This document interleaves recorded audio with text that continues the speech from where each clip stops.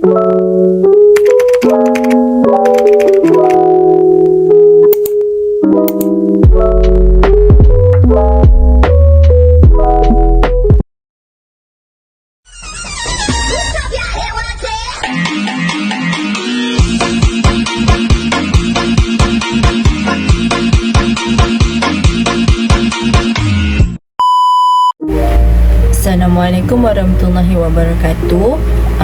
Kami akan membentangkan tajuk Self-Assessment System for Individual Collection. Bersama saya Naimi, Fazrin, Takifah dan Farah. Pada tahun 2004, semua pembayar cukai telah melaksanakan taksiran sendiri sepenuhnya. Pembayar cukai dikehendaki menganggarkan cukai pendapatannya yang perlu dibayar untuk current year assessment. Amount cukai akhir juga mesti dibayar dengan penyerahan penyata kerana penyata yang dikemukakan dianggap sebagai notis taksiran. 1.0 Individual, Deceased Person Club and Association Hindu Joint Family. Pada tahun 2004, pembayar cukai selain daripada company, LLT, trust body or cooperative society akan dikenakan taksiran sendiri. If pembayar cukai itu ada pendapatan yang lain seperti perniagaan, sewa dengan royalty, LHDN akan mengeluarkan notis bayaran ansuran tanpa memerlukan pembayaran cukai. Jika pembayar cukai memperoleh pendapatan pengajian yang telah pun tertakluk kepada monthly tax deduction MTD ataupun potongan cukai bulanan PCB, anggaran cukai pendapatan yang perlu dibayar akan diselaraskan dan dikurangkan dengan jumlah MTD. Pembayar cukai perlu membayar 6 bil bulanan secara ansuran bermula Mac tahun semasa hingga Januari tahun berikutnya. 1.1 Application for revision of installment, permohonan semakan ansuran. Cukai yang perlu dibayar di bawah skim notis ansuran boleh diubah oleh DG dengan syarat pembayar cukai perlu membuat permohonan kepada cawangan taksiran. Apabila terjadinya pandemik COVID-19, kerajaan telah menyedari bahawa banyak perniagaan tidak stabil kewangannya. Terdapat dua revision of estimate are available. Yang pertama, tidak lewat daripada 30/6 dan tidak lewat daripada 31/10 ataupun kedua-duanya. Kita pergi kepada contoh 33.1. Tong Li menyemak semula anggaran cukai pada April 2023 kepada RM60,000. Ini menyebabkan 5 ansuran berikutnya dari Mei menjadi RM8,000 setiap satu. Jumlah yang dikira seperti berikut. First estimate in April RM60,000, dia akan tolak dengan March installment. So dia akan dapat RM40,000 iaitu remaining tax to be paid.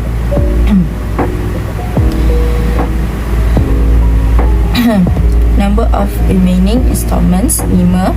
Lepas tu payment per installment akan jadi RM8,000. So maknanya kat sini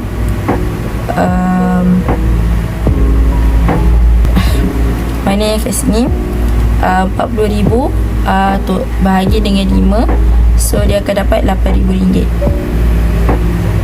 Next, Chong Li revised the tax estimate again in August 2023 to RM90,000. The remaining 3 installments would be at RM18,000 each. Compute as follows. Dekat sini, so second estimate in August RM90,000, dia akan tolak dengan March installment, May installment dengan July installment. So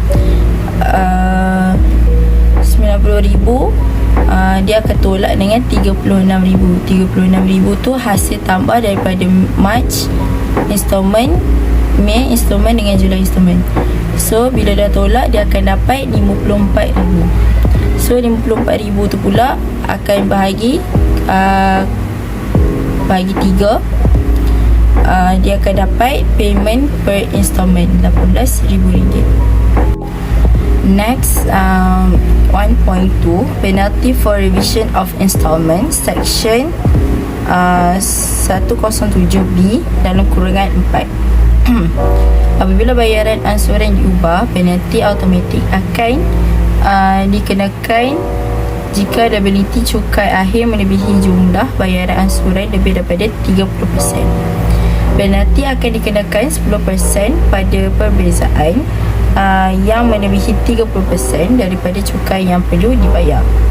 Okey, formula penalti yang perlu kita kira ialah actual tax payable for year assessment 2023, total installment payment after variation kena tolak dengan actual tax payable for year 2000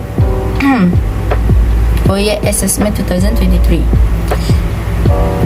Lepas tu dia akan dapat untuk akses C. Lepas tu D ialah compare with 30% of actual tax payable. 30% tu kena darab dengan A, baru dia akan dapat D. So D tu dia kena tolak dengan C. Pada total dia akan dapat different. Penalty, untuk jawapan penalty 10% darab dengan E. Itu ialah differences.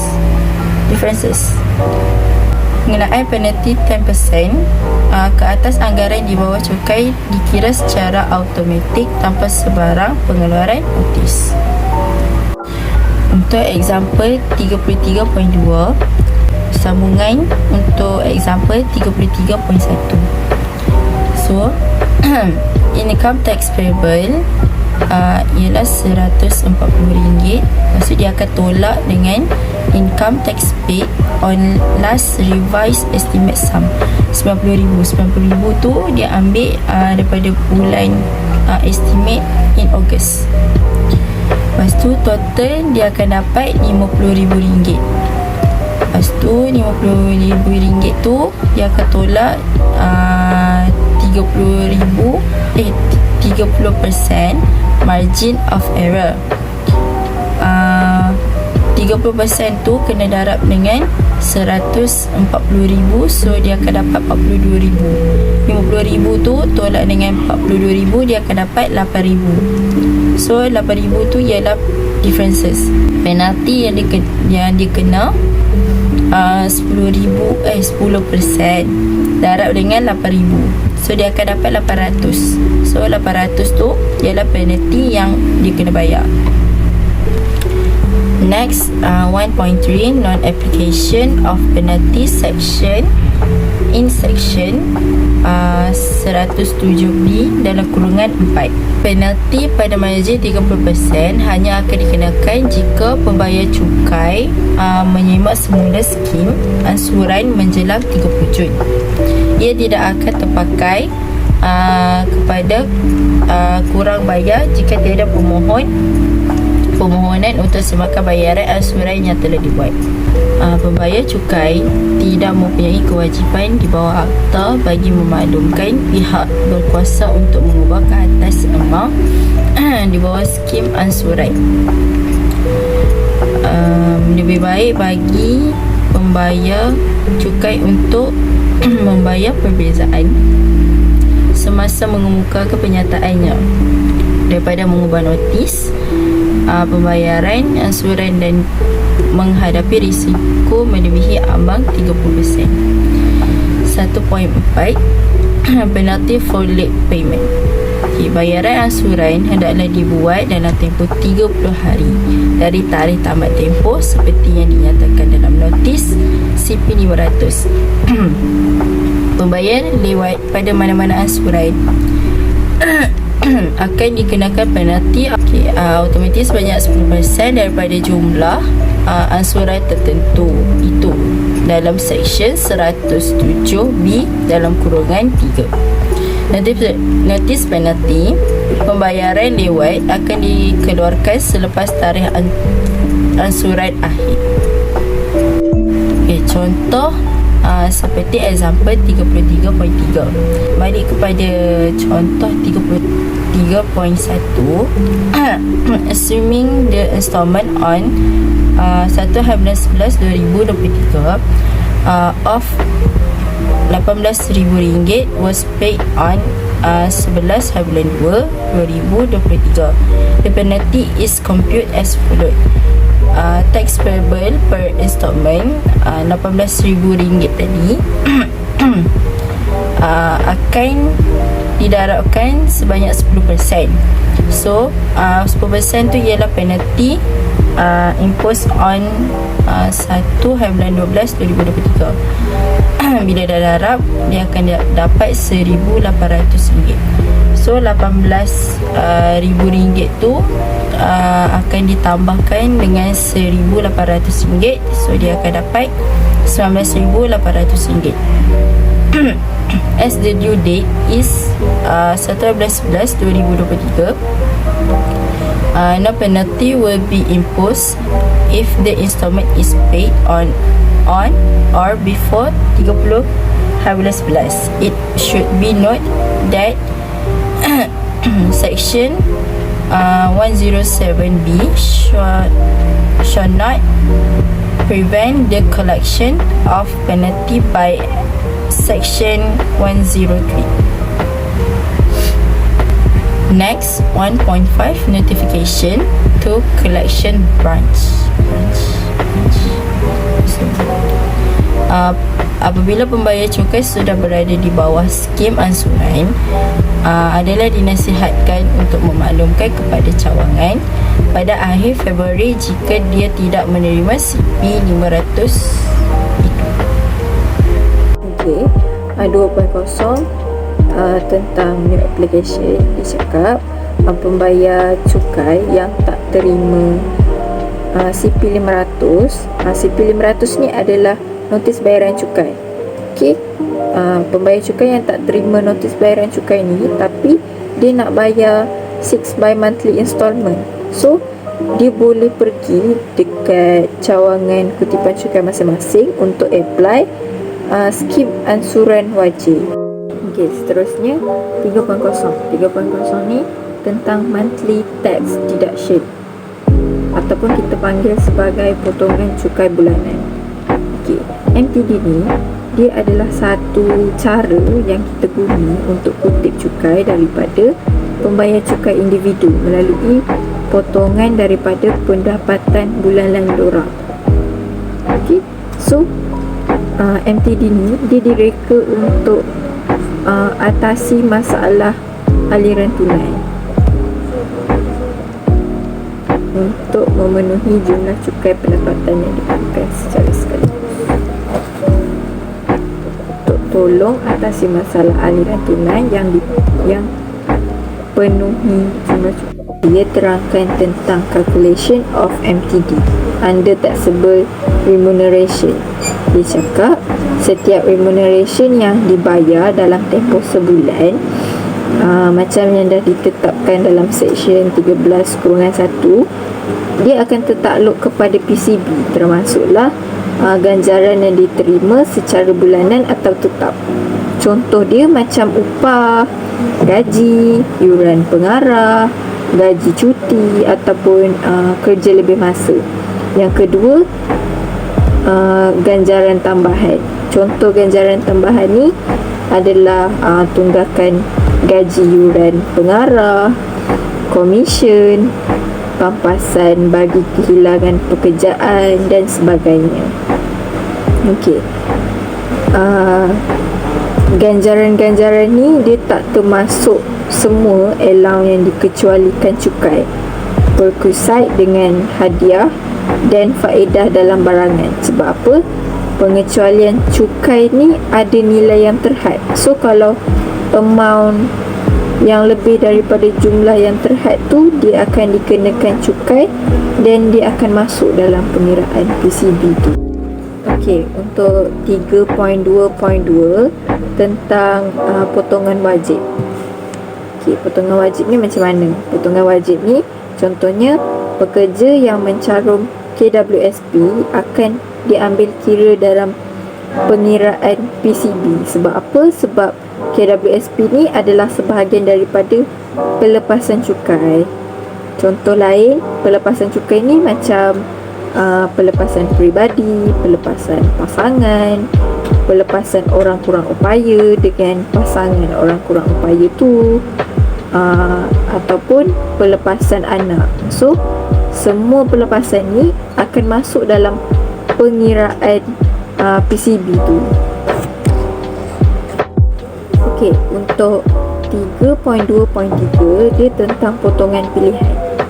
Okey, untuk pastikan PCB ni tepat kan, so pekerja dia kena serahkan borang tuntutan potongan dan rebate ataupun form TP1 dalam bulan tertentu, termasuk pelepasan yang ada dalam 3.2.2 yang tadi, yang dah terangkan tadi. So untuk rebate ni dia macam zakat yang tidak dipotong daripada gaji bulanan. Second, dia macam pelepasan levy yang dibayar dalam menunaikan umrah ataupun ibadah haji. So majikan kena proses permohonan pekerja tu melalui borang TP1 ni tadi tak kurang daripada 2 kali dalam setahun. Okey, untuk 3.3 dia tentang responsibility of employer.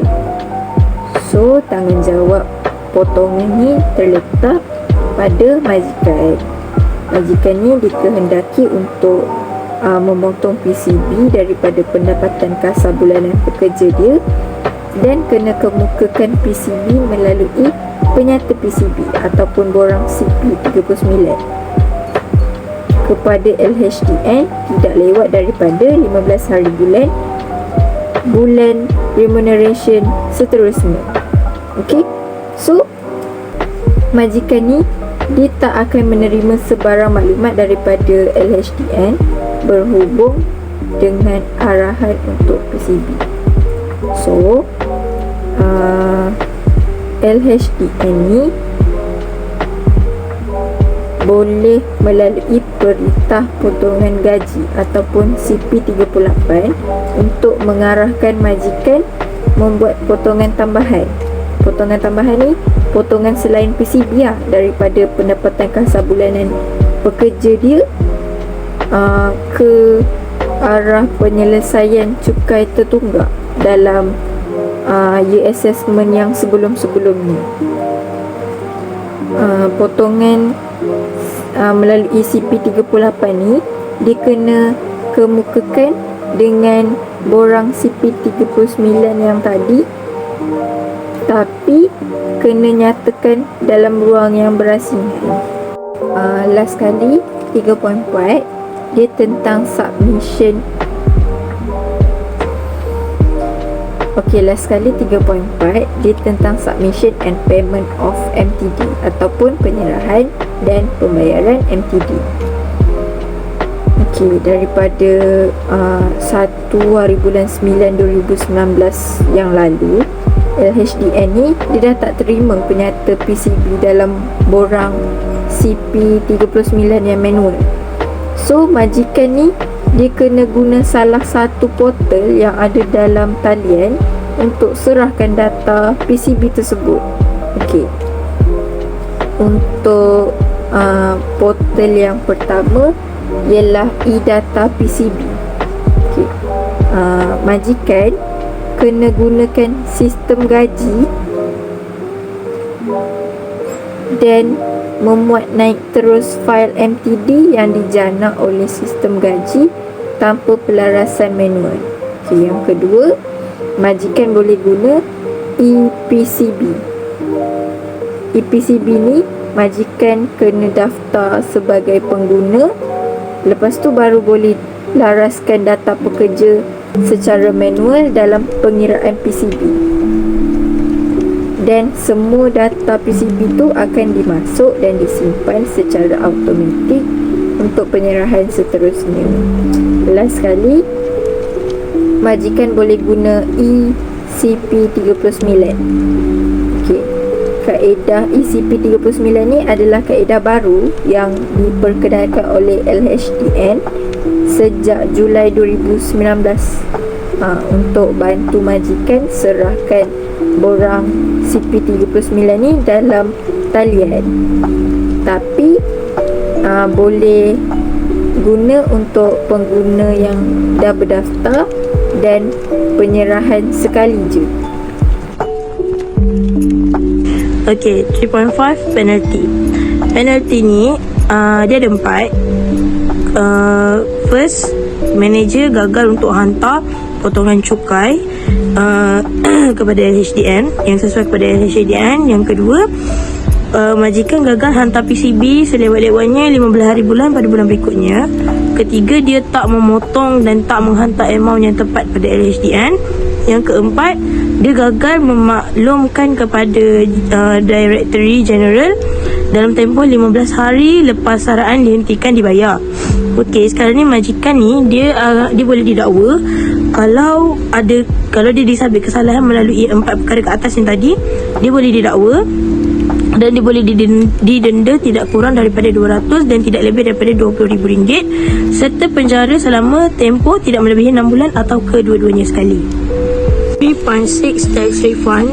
Macam yang Madam pernah kata sebelum ni, kalau jumlah PCB lebih daripada jumlah tax yang dia kena bayar, dia akan dapat refund. So sekarang ni refund tu akan masuk dalam akaun bank dia. Kalau butiran bank account tak dapat, so bayaran refund tu akan masuk ke dalam bentuk voucher, tapi boleh tebus kat CIMB dengan duit 6 saja. 7. Employees position. Dalam ni ada 2. First, cakap pasal tahun semasa. Yang kedua, cakap pasal kesalahan majikan. Okay, first, PCB yang kalau dia buat dalam tahun 2023, maksudnya dia selesaikan cukai yang tahun 2023 tu. Lepas tu dia ikut tahun semasa lah. Kalau buat untuk 2024, kiranya settle untuk 2024 lah. Lepas tu yang 3.7.2 ni, salah majikan ni. Contoh, kalau majikan ni dia tak bagi duit pada pihak berkuasa cukai yang PCB ni tadi, jumlah tersebut akan jadi hutang yang perlu majikan bayar pada kerajaan. Lepas tu, sebagai pekerja, kita kena minta penyata gaji daripada majikan. Lepas untuk kita tahulah PCB yang dia buat setiap bulan and tahun tu PCB kita berapa. Lepas tu adalah menjadi tanggungjawab untuk majikan untuk bagi penyata gaji yang macam tu pada pekerja-pekerja dia sebelum 28 Februari. Lepas tu, contoh, kalau cukai, ada baki cukai yang kena pekerja bayar, so pekerja tu wajib bertanggungjawab untuk menjelaskan bayaran cukai tertunggak tu pada masa penyerahan penyata. Okey. 3.8 expatriate status. So dekat sini, expatriate ni adalah pekerja syarikat asing, tapi dia kerja kat Malaysia. Okey, lepas tu 3.8.1 60 days rules, peraturan 60 hari. Okey, dekat sini expatriate yang kerja kat Malaysia ni, untuk tempoh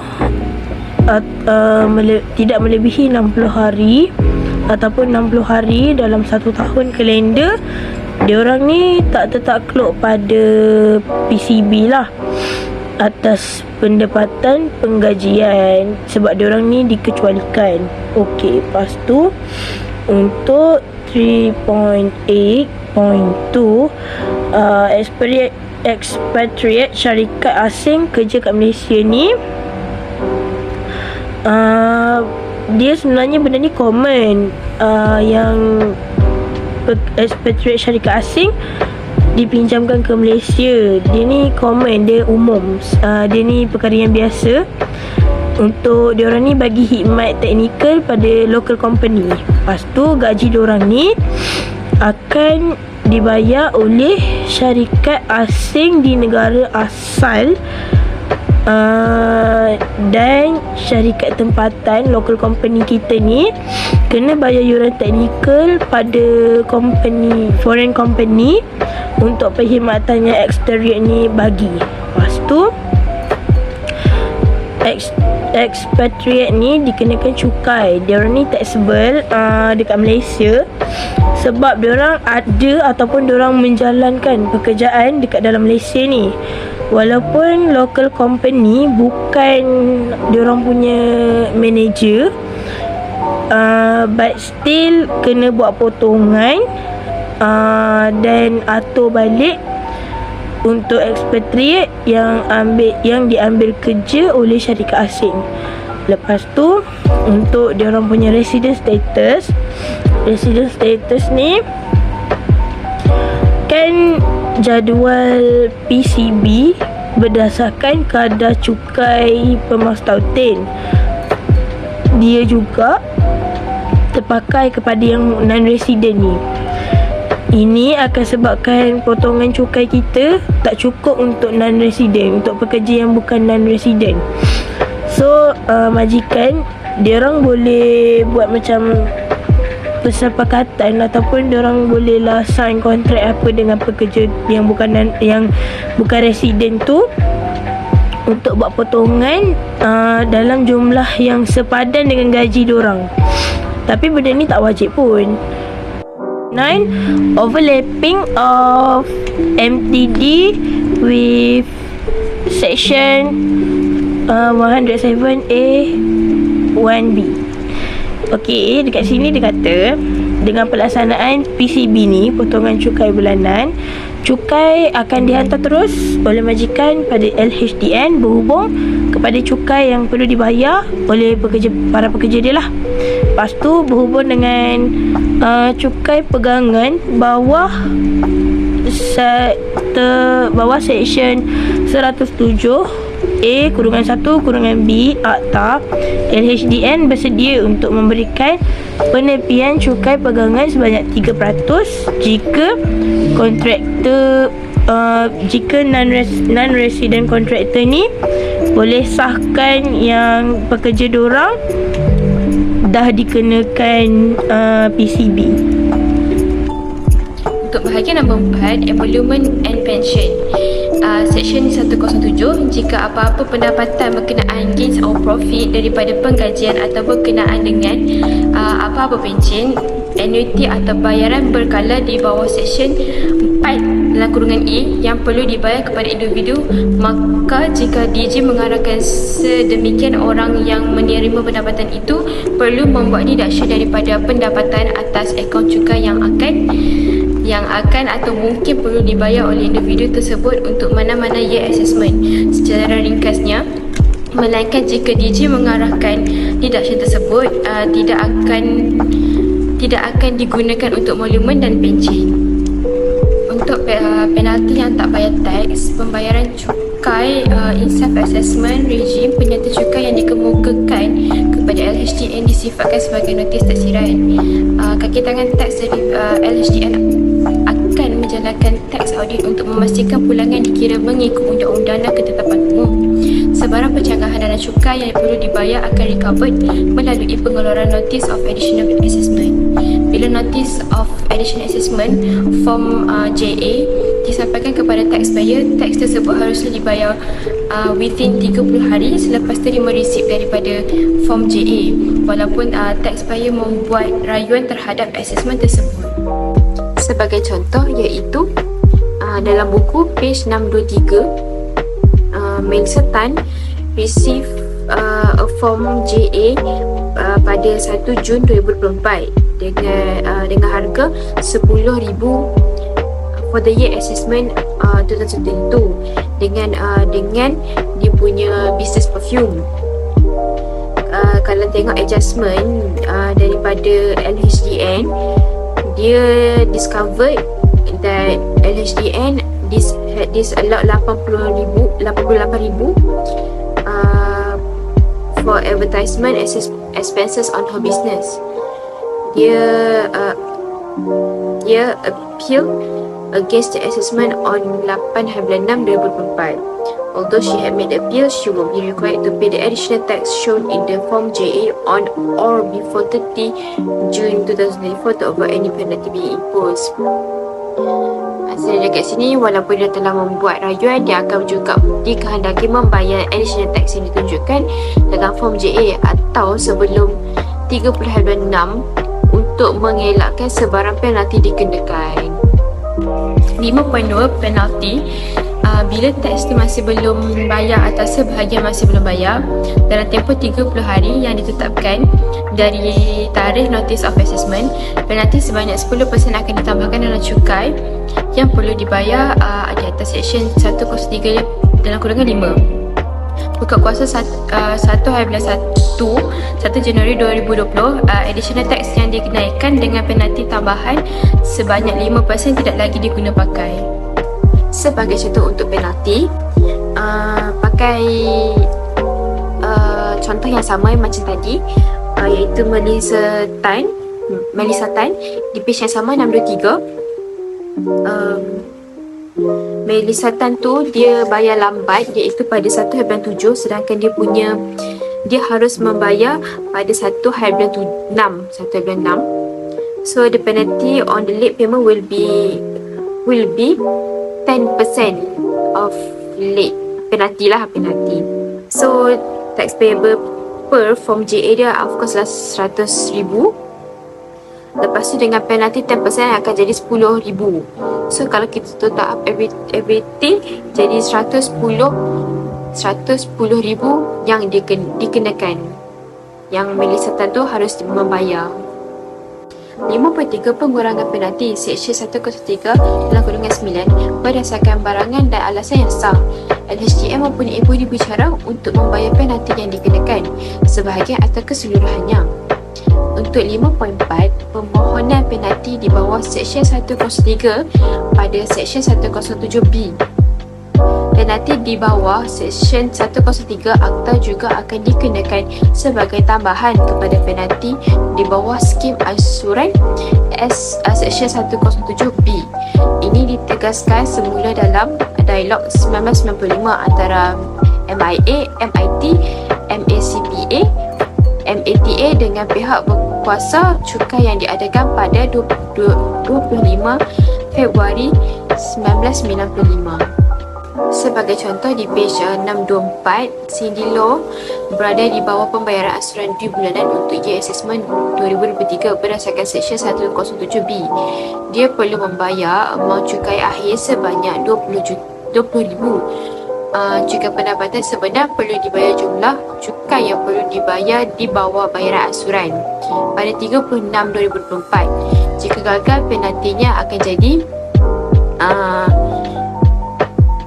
jadi late payment penalty under Seksyen 103 pernah kurungan 3 10% iaitu 2,000. Yang kedua pula late payment penalty under Seksyen 107 kurungan 3 10% juga, akan jadi 2,000. So total up jadi 4,000. Kesalahan yang sama akan dikenakan penalti berganda, satu di bawah Seksyen 107B dan satu lagi di bawah Seksyen 103. LHDN mengamalkan pendirian ini dengan tegas dan oleh itu pembayar cukai mesti serius dalam menjelaskan cukai mereka.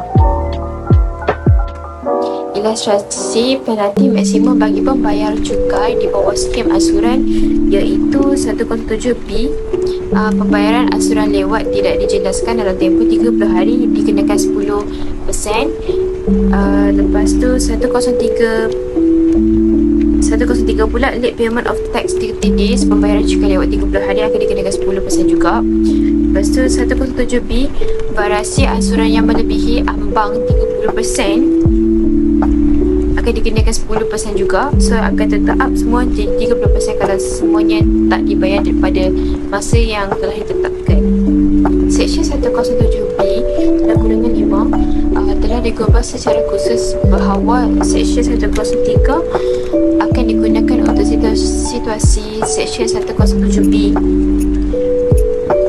Pengenalan penalti pembayaran lewat dalam Seksyen 103 tidak akan dihalang oleh pengenaan penalti lewat pembayaran dalam Seksyen 107B. 5.5 Return submission. Individu yang employment dengan bisnes, due date dia akan jadi 30 hari bulan April. Hantar dia punya form BE. Lepas tu 30 hari bulan 6 kena hantar form B. Lepas tu kalau expiration of due date, dia kenakan 10% of penalty. Kalau company, LLP, trust body dan cooperative, due date dia within 7 month from year end. Kiranya lebih kurang macam bulan 6 macam tu dah kena hantar, dan akan dikenakan 10% penalti kalau lambat juga. Untuk amendment of return, iaitu penundaan pemulangan. Okey, antara due date iaitu tarikh tamat tempoh, dan kena ada 6 bulan, ada tempoh 6 bulan tu, dan tempoh 6 bulan tu adalah pindaan pemulangan dan akan ada dikenakan 10% of penalty juga. So benda ni berkuat kuasa dari 1 Januari 2020. Seksyen 77B dalam kurungan 4 telah dipindah untuk memperuntukkan penalti maksimum 10% akan dikenakan ke atas cukai atau cukai tambahan menurut penyata yang dipindah. Borang nyata yang dipindah untuk diserahkan kepada cawangan penilaian LHDN seperti yang dikehendaki oleh Seksyen 152 Akta. Pindaan hanya dibenarkan sekali untuk setiap year assessment. Pindaan ini disebabkan oleh kesilapan yang dibuat dalam penyata pertama yang berkaitan dengan pendapatan di bawah yang dilaporkan dan perbelanjaan atau elang modal yang salah dituntut. Pelepasan penalti Seksyen 103-9, 107B-6, 107C-11, di mana penalti pembayaran lewat dikenakan. LHDN boleh mengikut budi bicaranya menyerahkan sepenuhnya atau sebahagian daripada penalti pembayaran lewat sedemikian untuk sebarang sebab baik yang ditawarkan. Pembayar cukai memimpin beban untuk membuktikan sebab yang baik untuk sebarang pembayaran lewat yang tidak dapat dielakkan atau tidak membayar cukai. Itu sahaja daripada saya bahagian collection.